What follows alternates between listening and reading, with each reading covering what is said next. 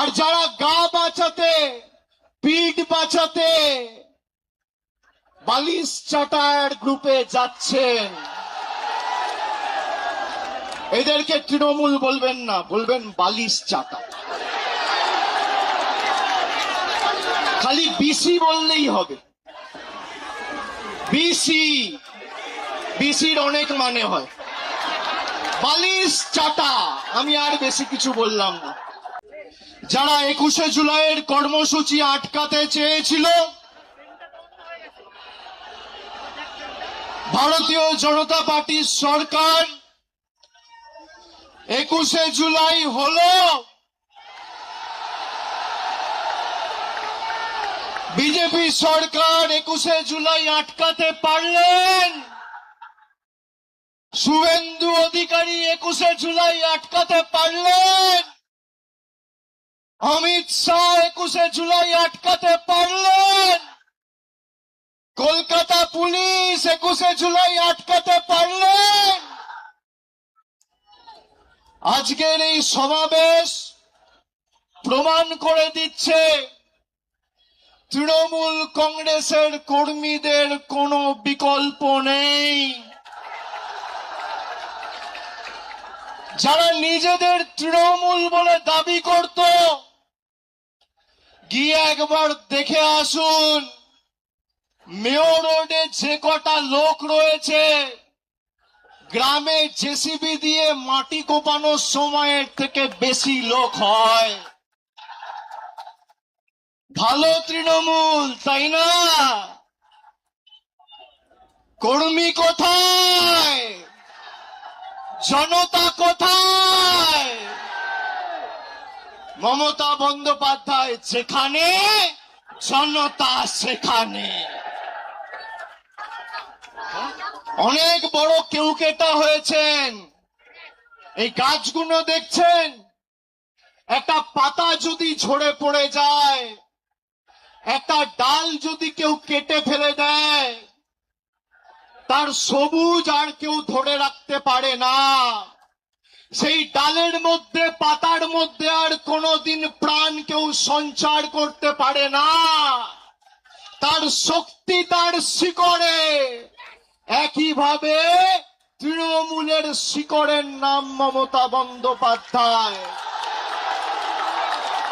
যার আদর্শ আন্দোলনকে সামনে রেখে হাজার হাজার লক্ষ লক্ষ কর্মীরা আপসহীন লড়াই সংগ্রাম করে দলকে আজকে বটবৃক্ষে পরিণত করেছে।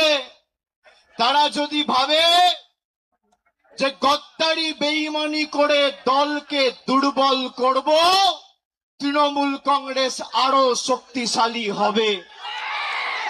যারা আজকের সভায় এসছেন, আমি কুর্নিশ জানাই প্রত্যেকটা কর্মীকে। যারা বলেছিল তৃণমূল কংগ্রেস শেষ, তৃণমূল কংগ্রেসকে পুড়িয়ে ছাড়খাড় করে দেব, সেই আগুনের স্ফুলিঙ্গ থেকে নতুন অগ্নিশিখার জন্ম হবে এবং তৃণমূল কংগ্রেস আরো শক্তিশালী হবে আগামী দিন। কারোর ক্ষমতা নেই।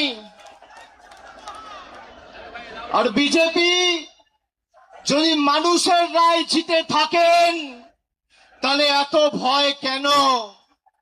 তৃণমূল কংগ্রেসের কর্মীদের মিথ্যা মামলায় জেলে ঢোকানো, নেতাদের উপর যারা মমতা বন্দ্যোপাধ্যায়ের সাথে এখনো আছে তাদেরকে ভয় দেখানো, তৃণমূল কংগ্রেসকে চমকে ধমকে লাভ নেই।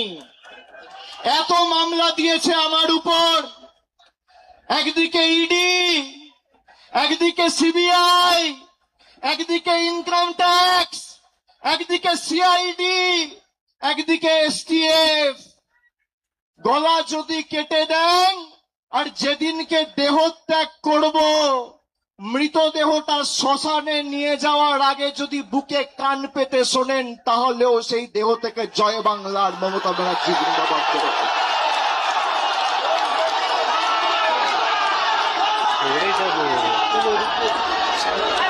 ইতিহাস প্রতিকূলতার বিরুদ্ধে প্রলোভনকে উপেক্ষা করে যারা লড়াই করে, ইতিহাস তাদেরকে সমর্থন করে, গদ্দারদের সমর্থন করে না। 5 ওয়াট 10 ওয়াটের বাল্ব সে এখন ভাবছে আমি হ্যালোজিন হয়ে গেছি। আরে বিদ্যুৎ সঞ্চার করছে মমতা ব্যানার্জি, শক্তি কেন্দ্র মমতা বন্দ্যোপাধ্যায়, যার আদর্শকে সামনে রেখে আপনার রাজনৈতিক পরিচয়, পথ চলা। যদি কেউ নিজের মাকে ত্যাগ করে, সে সন্তানকে সৃষ্টিকর্তা সর্বশক্তিমানও কোনোদিন ক্ষমা করে না। যারা গেছে, আমি নেত্রীকে অনুরোধ করব, দয়া করে আগামী দিনে একটা কেউ ফেরত নেবেন না, একটা কেউ ফেরত নেবেন না। আজকের এই কর্মী সমর্থকদের উৎসাহ উদ্দীপনা, বিজেপির ক্ষমতা হবে ক্যাথিড্রাল রোডে এই মিটিং করার, রাজ্য সরকারের ক্ষমতায়, পুলিশ তোমার, তদন্তকারী সংস্থা তোমার, অর্থ তোমার, কেন্দ্র সরকার তোমার, মানুষ তৃণমূলের সাথে রয়েছে। পুলিশ যাদের অযথা মিথ্যা মামলায় অত্যাচারিত করছে, আমি বলবো ধৈর্য ধরুন, একটা ছোট নোটবুক পকেটে রাখবেন, সব লিখে রাখবেন। এই নোটবুক গুলো এক এক করে আমরা ঠিক টাইম মতো নিয়ে নেব। যারা যে ভাষায় বোঝে তাদের সে ভাষাতেই জবাব দেওয়া হবে। ঘর বাড়ি ভেঙে দিয়ে, পার্টি অফিস গুড়িয়ে দিয়ে ভাবছে তৃণমূলকে উৎখাত করব, দুর্বল করব। আরে ফুটপাতে থাকবো, তোদেরকে হারাবো, বাংলা থেকে উৎখাত করব, কথা দিয়ে গেল। দেখি কত ক্ষমতা, কি করবেন, কি করবে বিজেপি? জেলে রাখবে, মিথ্যা মামলায় ঢোকাবে, ঢোকাও, তাও বশ্যতা স্বীকার করব না। মেরুদণ্ডটা ফরসেল নয়। যারা মমতা ব্যানার্জির ছবিকে পিছনে রেখে আর জোড়া ফুল চিহ্নটাকে সামনে রেখে 2024 নির্বাচনে জিতেছে, তারা বলছে আমরা এখন এনডিএ কে সমর্থন করব। মানুষ ক্ষমা করবে? করবে? আপনাদের মধ্যে অনেকে কাউন্টিং এ ছিলেন, কিভাবে বিজেপি কাউন্টিং এ চুরি করে জিতেছে আপনারা সাক্ষী রয়েছে। যারা রামের নামে ভোট চেয়েছিল, সেই রাম মন্দিরে চুরির দায় এই বিজেপির। রাম মন্দিরে নোট চুরি আর ইভিএম এ ভোট চুরি, এই হচ্ছে বিজেপির প্রকৃত স্বরূপ।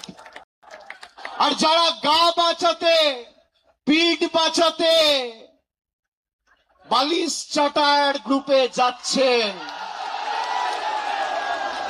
এদেরকে তৃণমূল বলবেন না, বলবেন বালিশ চাটা।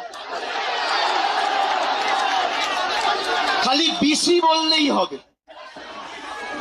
বিসি, বিসির অনেক মানে হয়। বালিশ চাটা, আমি আর বেশি কিছু বললাম না। হয় পুলিশের কাছে মামলায় ধৃত, আর না হলে মেরুদণ্ড বিক্রি করে বালিশ চাটা ঋতব্রত। এই দুটো ছাড়া গদ্দারদের উপায় নেই।